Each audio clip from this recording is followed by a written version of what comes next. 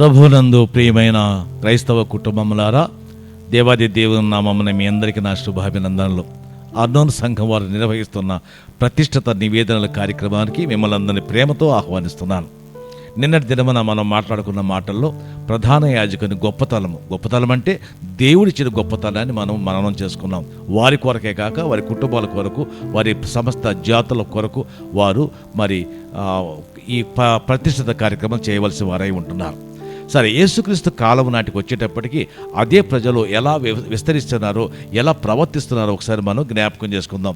అపోస్తలుల కార్యముల గ్రంథము 5వ అధ్యాయము 21వ వచనం చూద్దాం.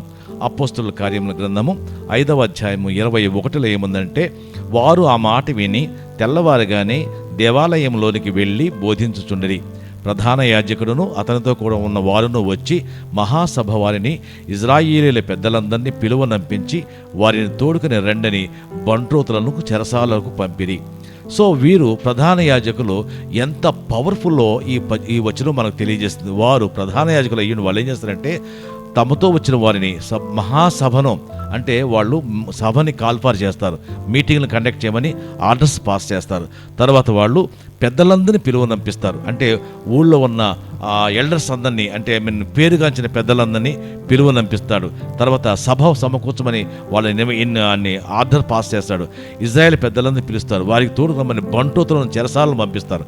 అంటే చెరసాల అధిపతికి వీళ్ళు బాసులు ఉంటారు, బంటోతులకి వీళ్ళు బాసుగా ఉంటారు, అడ్మినిస్ట్రేషన్ సిస్టానికి వీళ్ళు బాసులుగా ఉంటారు. ఇంకా చెప్పాలంటే ఆ కాలంలో ఈ ప్రధాన యాజకులు ప్రముఖమైన పాత్ర వహించు ఆ యొక్క అడ్మినిస్ట్రేషన్ సిస్టంలో కూడా ఇన్వాల్వ్ అవుతూ ఉంటారు. ఇంకా చెప్పాలంటే దే ఆర్ జ్యుడిషియల్ అథారిటీస్.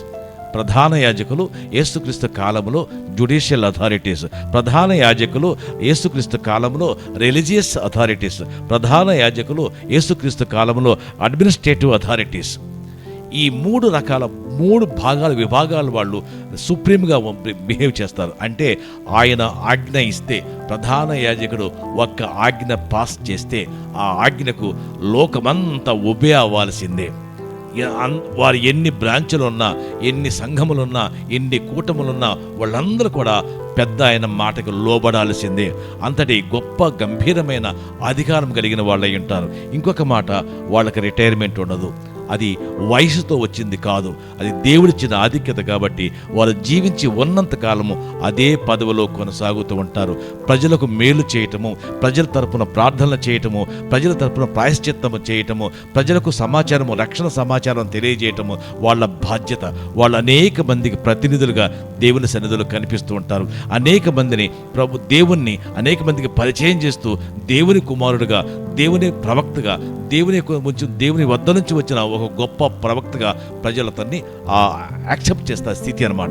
అంత గొప్ప భాగ్యము దేవుడు ప్రధాన యాజకుడికి ఇచ్చున్నాడు. సరే, వాళ్ళు తర్వాత ఏం చేశారో మనం జ్ఞాపకం చేసుకుందాం. మరి ఇద్దరితో ఈనాటి పాఠం ముగించుకుందాం. రేపు మళ్ళీ మనం కలుసుకుందాం. ఇట్టి మాటల దేవుడు మన వినికిడిలో ఆశీర్వదించి మీ అందరికీ క్షేమం సమకూర్చును గాక. ఆమేన్.